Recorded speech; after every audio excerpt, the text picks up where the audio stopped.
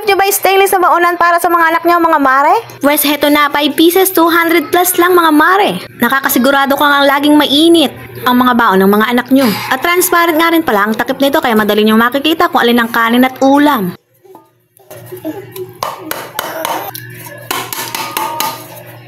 Small nga ang sukat nito, meron nga ring medium, large at XL. Pwede nga rin tong pang food organizer sa para sa mga ref nyo. Kaya naman nga mga mare, hindi nga agad-agad mayuyupi ito dahil nga makapal ito. Kahit nga may sabaw yung ulam nyo, pwede nyo ilagay dito at hindi basta-basta matatapon. O siya mga mare, kung bet nyo nga ito, lalagay ko na nga lang sa comment section ng link kung saan nyo mabibili. Bahala na kayo mag-check out dyan sa Yellow Basket. Dyan na nga kayo. Bye-bye!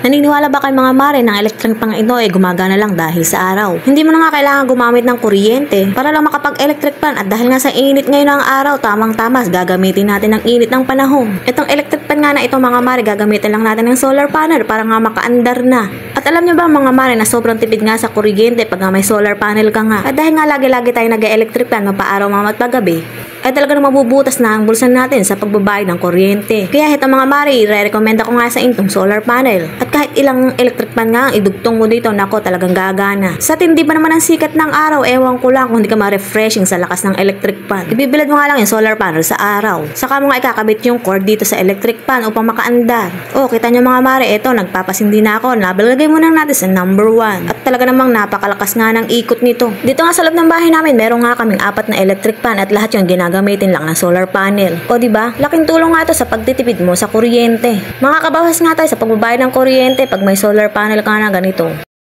Alam nyo naman sa panahon ngayon mga mare, pataas na ng bataas ang bill ng kuryente. Kaya dapat lang na magkaroon nga tayo ng ganitong mga solar panel. At bukod nga dyan mga mare, itong bahay nga namin, solar light lang ang ginagamit. At hindi na nga kami gumagamit ng ilaw lang ginagamitan ng kuryente. Karugtong niyan yung mga solar light na nakabilad nga sa araw, nasa bubong nga ito. At yung isa naman nandito sa harapan ng bahay na nakabilad din na nakatugon nga sa solar light. Yung init nga nitong solar panel na ito, kumukonektado dito sa solar light para makapag-charge. At itong solar light na nga ito, automatic na nga itong mag-on pagka bandang alas 6 na ng gabi. At kaya naman nga mga mare, may kasama na nga itong remote control. At kung nakalagay nga sa taas tong solar light nyo, pwede nyo gamitin tong remote control. Mayroong on and off to at para i-modulate yung liwanag ng solar.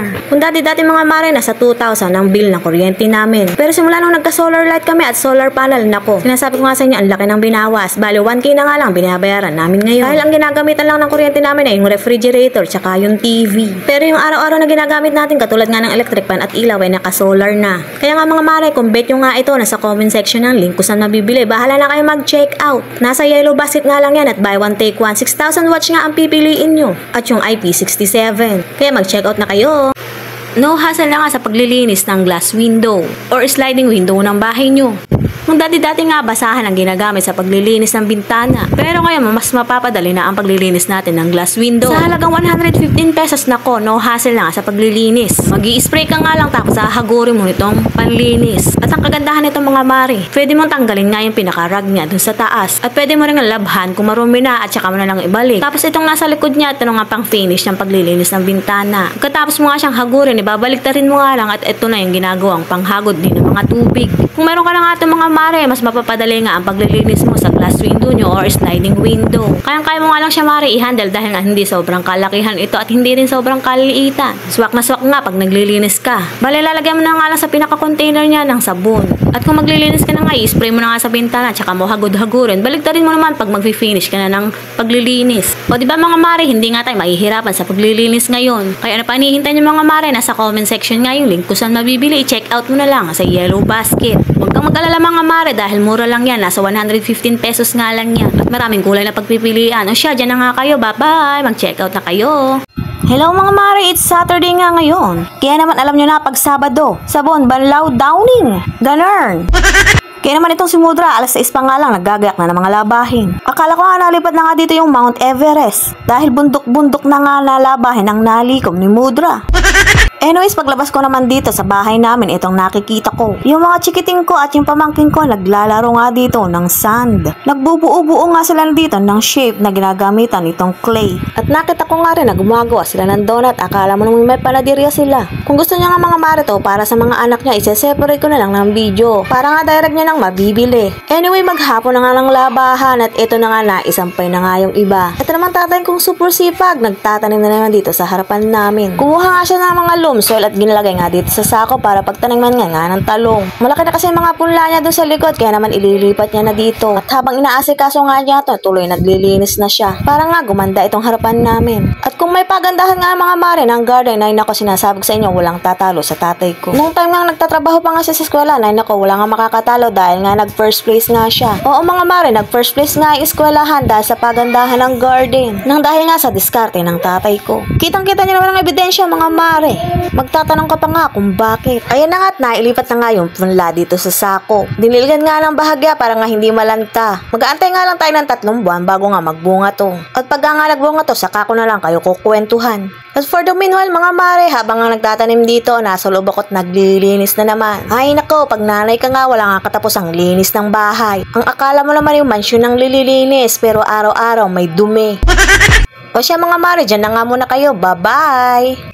Isa ka rin ba sa nahihirapan sa pagbukas at sara nitong dishwashing liquid? Ay naku mga mare, sinasabi ko nga sa inyo na naghihirapan nga ako sa pagsara at bukas ng dishwashing liquid pag ako'y naghuhugas ng mga plato. Kaya naman hindi ako nagsisisi sa pag-order nitong soap liquid dispenser. Napakaganda nga ng atake nito mga mare. Clear bottle na nga ito at de-pump pa. Marami ka nga ilalagay dito dahil nga 500 ml na to. At yung isang buong bote ng dishwashing liquid ay magkakasya nga dito. 58 pesos nga lang ito mga mare pero nakakasya lang nga tingnan. At babagay nga ito sa team puti na hinahangad ni nanay. Kung gusto mo naman ng maliit mga mare na 300 ml ay meron din. At marami ka nga rin pagpipili ang kulay. At kung wala ka pa nga nito mga mare, nako, nire-recommend ko nga sa inyo to na bilhin nyo na dito. Ilalagay ko na nga lang sa comment section yung link kung saan mabibili. Bahala na nga lang mag-check out sa Yellow Basket. Sa buhay natin mga mare, lagi tayong naglilinis ng buong bahay. At ang nangunguna na nga dito yung paghuhugas ng plato dito sa kusina. Kaya naman mga mare, wag na natin pahirapan yung mga sarili natin. Hindi na nga natin kailangan magtaob-taob ng dishwashing liquid para makapaghugas ng plato.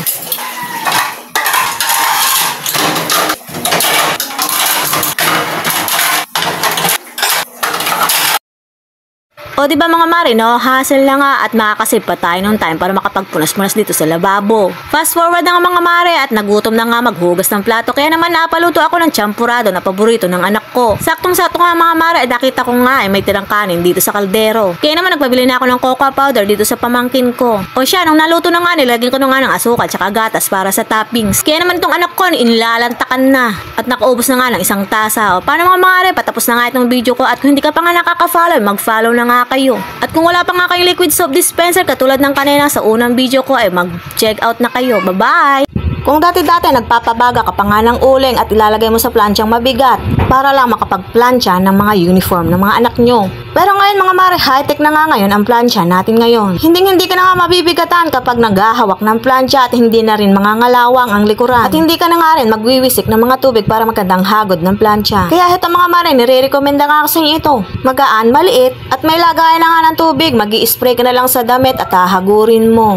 No hassle na nga sa pagpaplansya ng mga damit ng mga anak nyo. Pwede mo nga itong gawin kahit walang pakabayo. Kahit ilatag mo nga lang sa kama ang mga damit na paplansyahin nyo. At kahit nga nakahangar yung damit na paplansyahin nyo, pwede nyong hagurin. Napakaganda na ang atake na to mga mare. Hagod na hagod nga yung mga damit na paplansyahin nyo. Mainit din yan mga mare. Katulad ng mga pangkaraniwang plansya. Huwag kang mag-alala mga mare at dahil mababa nga lang ang hatak ng kuryente nito. O ano pang hinihintay nyo? Check nyo na lang sa comment section yung link kung saan mabibili. I-click nyo nga lang ang Yellow Basket para magkaroon kayo ng ganitong kaliit at magandang plancha. Bagay na bagay nga ito kung nagbo-board yung anak nyo at pwede nga baunin sa boarding house. Pwede mo nga rin ilagay yan sa bag. Kahit saan man kayo magpunta, dyan na nga kayo. Bye-bye!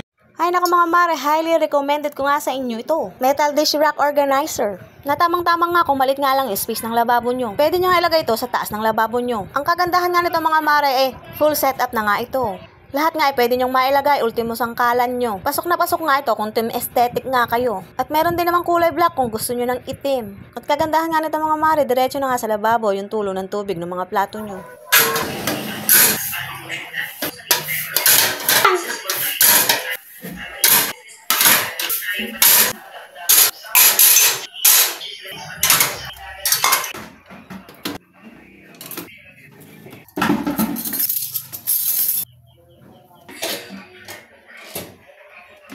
Ang ganda nga nito mga mare, may cover na nga siya para hindi nga pasukan ng mga insekto. O alam nyo na, nasa comment section ng link kung saan mabibili. Bye-bye!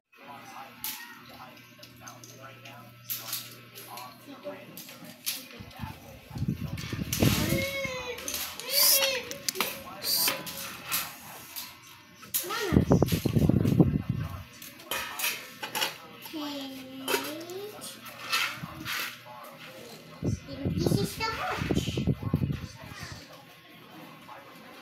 Nasaan na yung pagsulatan nito?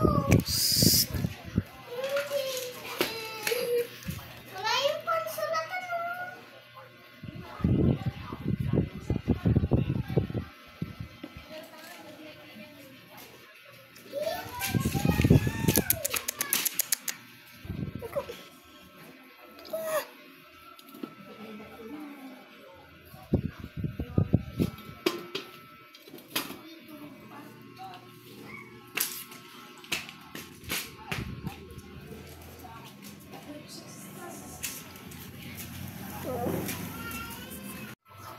Drawing center.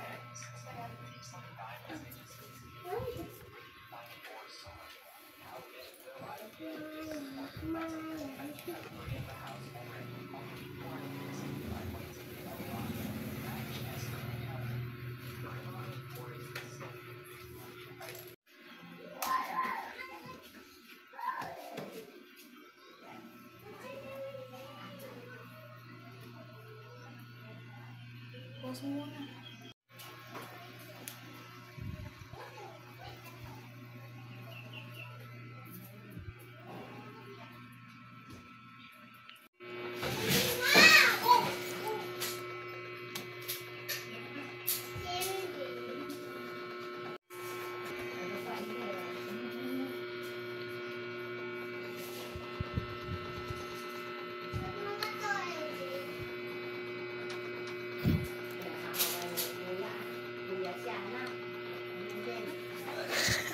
Naka-on na. Ako.